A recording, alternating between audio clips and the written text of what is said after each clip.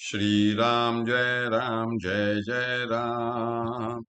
श्री राम जय राम। श्री राम जय राम। ओम नमः शिवाय। ओम नमः शिवाय। ओम नमः शिवाय। योग वासिष्ठ दिवस क्रमांक 431। उपशम प्रकरण सर्ग 69।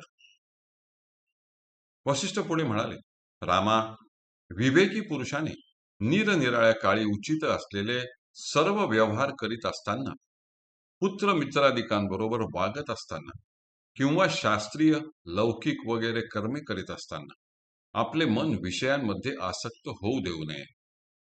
भूत, भविष्य आणि वर्तमान विषय, आकाश पाताल व त्यांच्या दरम्यानचा भाग, दिशा व अंतर्दिशा, अधिभौतिक विषय, स्त्री, नोकर चाकर इत्यादी विषय, इंद्रिय वृत्ती, आंतर विषय, प्राण, मस्तक, तालू वगैरे योगशास्त्रातील धारणास्थानी, भूमध्य, नासाग्र, मुख, डोळे तसेच अंधकार, प्रकाश, हृदयाकाश, जागृत, स्वप्न, सुषुप्ती इत्यादी अवस्था, शुद्ध सत्वगुण, तमोगुण, रजोगुण, गुणसमुच्चय, चंचल कार्य, स्थिर अव्यक्त स्थिती, सृष्टीचे आदि मध्यादी काल, दूरचे किंवा जवळचे विषय, मोह, आनंद वगैरे वृत्ती, आकाशगमनादी सिद्धी, भूत भविष्यादिकांचे ज्ञान वगैरे विषयांमध्ये आपले चित्त आसक्त होऊ देता कामा नये.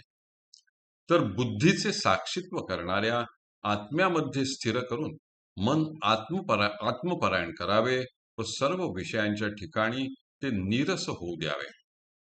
अशा रीतीने मनुष्याचे मन निरासक्त होऊन त्याला एकदा ब्रह्मस्थिती प्राप्त झाली म्हणजे मग तो सर्व व्यवहार करो वा ना करो.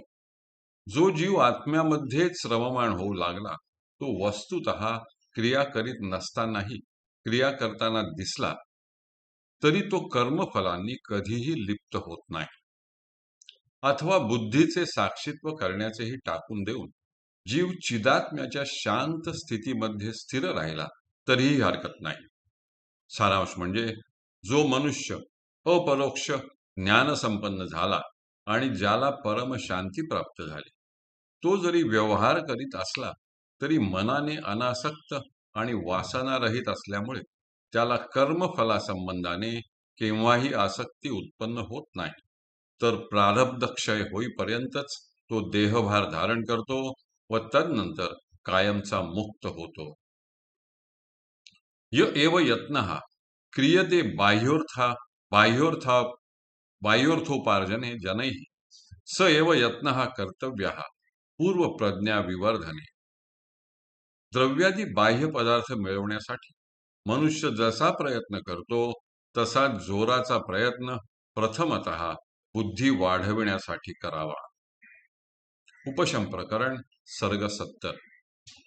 वसिष्ठ पुढे म्हणाले, रामा, जे महात्मे तत्ववेत्ते असून नेहमी अनासक्तीपासून प्राप्त होणाऱ्या निरतिशयानंदाचा आस्वाद घेत असतात, ते व्यवहार करीत असले तरी शोक भयादी विकारांपासून सर्वथा मुक्त असतात.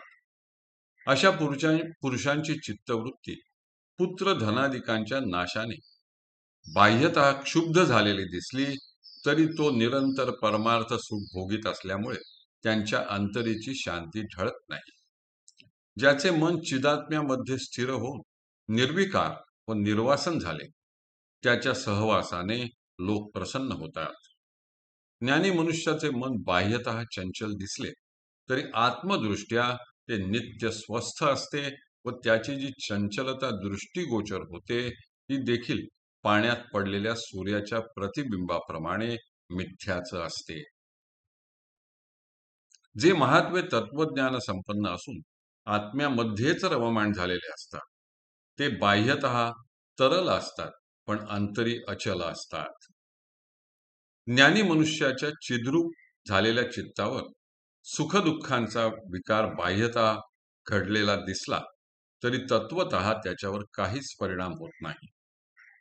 ज्याला पर म्हणजे ईश्वर तत्व व अवर म्हणजे जीवतत्व यांचे सम्यक ज्ञान झाले आहे आणि ज्याच्या ठिकाणी निरतिशयानंदाचा उदय झाला आहे, अशा तत्ववेत्याच्या सद्रूप चित्तावर विषय, विकार, वासना यांचा यत्किंचितही परिणाम होत नाही.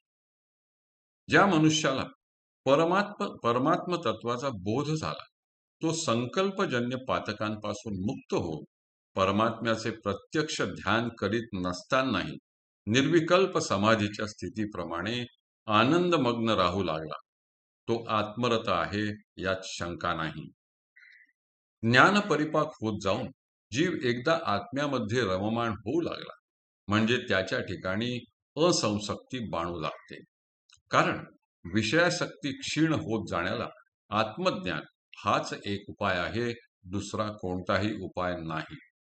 राघवा, ही असंसक्तीयुक्त ज्ञानदृष्टी मनुष्याच्या वृत्तीमध्ये बांधली व त्याची वृत्ती द्वंद्वातीत होऊन उदया उदय उदय रहित झाले म्हणजे तो जागृतीतील व्यवहार करीत असला तरी सुषुप्त अवस्थेप्रमाणे स्वस्थच असतो.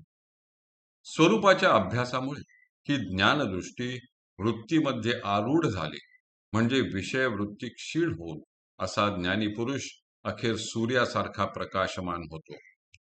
ज्ञानीपुरुषांचे चित्त क्षीण झाल्यानंतर जी शांत आणि निर्वासन स्थिती शिल्लक राहते तिलाच जागृत अवस्थेमधील सुषुप्ती असे म्हणतात.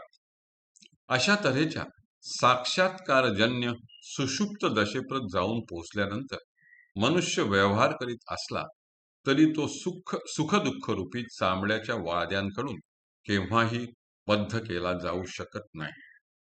हरि ओम तत्सत. हरि ओम तत्सत. हरि ओम तत्सत. हरे नमः. हरये नमः. हरये नमः.